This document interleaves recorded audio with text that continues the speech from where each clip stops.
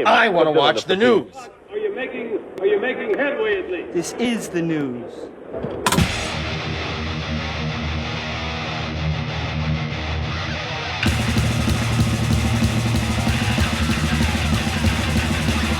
Schmack-a-macabre, it's time for the only news that matters.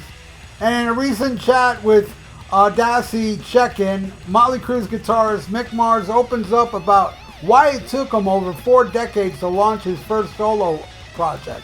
He explains that Mötley Crüe always came first, and now that he stepped back, he has the freedom to explore his own musical expressions. I'm on my own now, focusing on my music, which reflects my personal style and thoughts. Something different from Mötley Crüe, Mars said. He also mentioned that he'd be open to collaborate with Mötley Crüe again if asked. While Nikki Sixx, the band's bassist, wrote much of Mötley Crüe's music, Mars contributed to some of their hit songs like Same Old Situation, Girls, Girls, Girls, and Dr. Feelgood. His only contribution to the band's early album was the instrumental track God Bless the Children of the Beast from the 1983 album Shout at the Devil. Mars recently released his debut album, The Other Side of Mars, through his own company 1313 LLC, collaborating with MRI. He worked closely with Jacob Bunton, a seasoned musician from Birmingham, Alabama, on this album. Bunton, known for his previous work with prominent artists and bands, sings lead on most of the album's tracks. The album features guest appearances from notable musicians like Paul Taylor from Winger and Alice Cooper, Korn's drummer Ray Luzier, and Brian Gomba, who lends his vocals to 2 tracks. Before the solo venture, Burton had been part of the Alabama-based band Mars Electric and LYNAM, or Lynam. After Mars announced he was stepping down from touring with Mötley Crüe in October in 2012 due to his health issues, he clarified that he will still be part of the band. However, a twist came when he filed a lawsuit against the band members in Los Angeles, accusing them of attempting to cut him out of the significant shareholders following his tour exit announcement. Mars-born Robert Allen Dio has been the lead guitarist for Mötley Crüe since his formation in 1981, making a long, influential career in rock music. So now he's like, yeah, I'm all up for writing with Mötley Crüe again because I guess Mick has noticed that his solo career is going to be so low, nobody's going to be able to see it. Yeah, I heard that album. I reviewed that album. That album's terrible. I mean, it's good for the newer generation, but what kids out there are going to look into the old man from Mötley Crüe? The guy that was old in the 80s in Mötley Crüe. You know what I mean? It's not going to... I don't know, man. As I said in my review, Mick Mars does not like that type of music. I don't believe it for a second. Because I'm an old guy. And I can't get into this younger crap, you know? And he's way older than me, you know? I mean, Mick Mars, I'm sure, didn't even like what Mötley Crüe was doing in the 80s. But hey, it was a big paycheck. And that's what he's doing now. You know, he thinks there's going to be a big paycheck by playing on songs he doesn't like. But, yeah, whatever. So, yeah, what an about turn. I didn't see this one coming, to tell you the truth. You know, he doesn't seem that mad at him to say, all right, you know, hey, I'll write some songs, you know. And Mick Mars did say not too long ago that he has 7 years to live if he's lucky. Why the hell do you want to write with them again? You only got 7 years left, right? Fuck it. You can live off your Motley money. You know, that dirty money you made when you reunited after you said you were not going to tour anymore with the other 3? Yeah, Mick Mars is just as guilty as the other 3. Team Mick these nuts. Alright? Alright. This is what I'm going to do now. I'm going to rank the songs on Shout at the Devil because I love Shout at the Devil. I don't think there's a bad song on there, so all these songs that are at the bottom of the list, they're awesome. Well, you know, number 11 is not really the song. It's in the beginning, but I still love it. I think that's a great intro build-up to something menacing that's going to happen, and it does. So I put at 11 in the beginning. All right, number 10, great song, instrumental, God Bless the Children of the Beast. I love what Mick Mars does there because he's not doing any slide guitar, any bluesy stuff. Mick Mars rules as a metal guitar player. I don't feel his slide guitars and everything he did after this album. I don't feel those solos at all.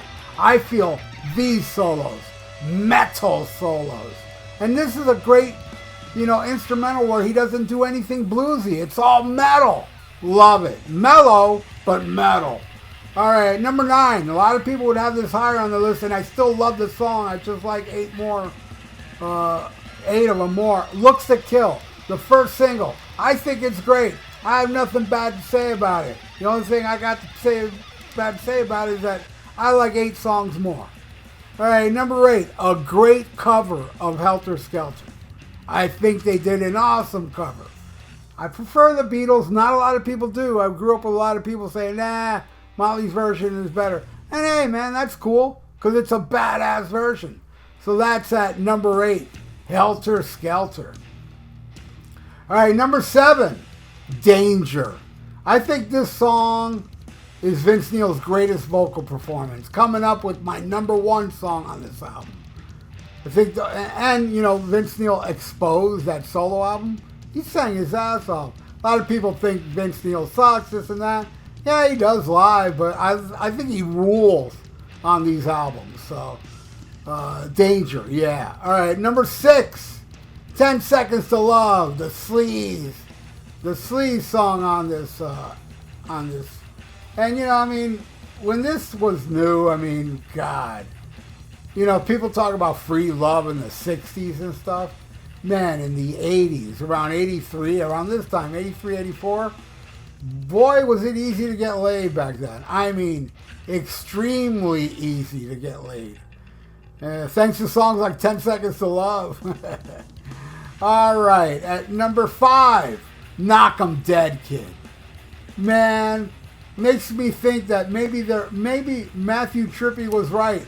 Nikki Sixx died after this, and Matthew Trippy took over because Matthew Trippy never wrote lyrics as good as Star Spangled Fight, Steel Belted Scream. A lot of these lyrics on Shout at the Devil are just awesome that Matthew Trippy was never able to write.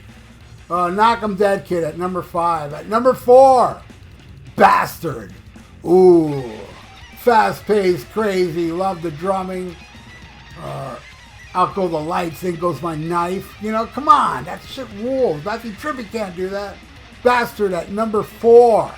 And number 3, the title track, Shout at the Devil. Love that song, always loved it. What a great opening. After the intro, it's like, damn. And it sets up the album perfectly because this song is just as badass as every song after it. All right, at number 2 has always been my number 1 for over 40 years. It wasn't until recently when this number 2 came out, not even a year ago, on my iPod Shuffle, and I'm listening to this other song from this album, and I'm thinking, dude, this is the greatest Mötley Crüe song on this album, and the second greatest Mötley Crüe song ever after Live Wire.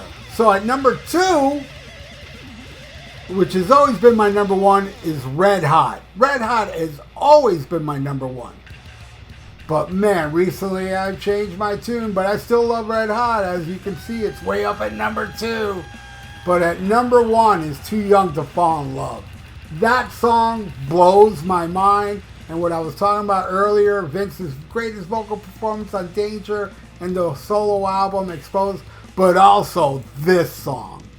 I just love the way Vince sings this song and that part where he goes, not yet a man, just a punk in the street. And then he goes, yeah. The way he says yeah, and it goes into that chorus, that is metal perfection. Traditional metal perfection that Mötley Crüe was never able to match after this with Matthew Trippy. But there you go. What do you all think? You want to rank the Shout at the Devil album Leave it in the comments below. Or do you want to talk about what? Mick now wants to work with them again? What the hell? Leave it in the comments below. I would totally appreciate that. And I hope you are subscribed to my channel, because if you're not, I would really hope you would, because I want you as my subscriber, because you're awesome. And like the video. It's good for the YouTube algorithms. So stay frosty, listen to Black Sabbath, and smack 'em a gob.